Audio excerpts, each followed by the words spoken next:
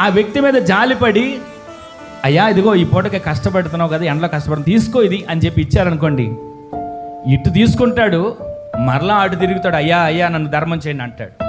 అంటే ఆత్మ విషయంలో దీనులైన వాడు ఎలా ఉండాలన్నాను చెప్పండి? పేదవాడిగా ఉండాలి, భిక్షగాడిగా ఉండాలి. భిక్షగాడు మొదటిది స్టేటస్ చూసుకోడు, ఇక్కడ కూర్చున్నానేంటి, అక్కడ కూర్చున్నానేంటి, ఇలా ఉన్నానేంటి, అలా ఉన్నానంటే ఏమి చూసుకోడు. రెండవది, భిక్షగాడు ఉన్న లక్షణం ఏంటి తెలుసా? దేవుని దగ్గర నుంచి ఏది పొందుకున్నా సరే చాలే పొందుకున్నా అని సరిపెట్టుకోకూడదు.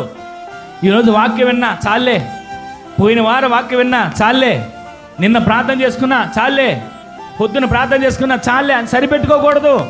ప్రతిరోజు మన బ్రతికినంత కాలం, ఊపిరున్నంత కాలం ఆయన వైపు తిరిగి ప్రార్థనలు అడుగుతూనే ఉండేవారిగా మనము మార్చబడుదుము గాక. ఈరోజు ఆరోగ్యం ఉంది చాలే, ప్రార్థన అవసరం లేదు. ఈరోజు సంపాదన ఉంది చాలే, ప్రార్థన అవసరం లేదు. ఈరోజు కష్టపడ్డాను చాలే, ప్రార్థన అవసరం లేదని కాదు.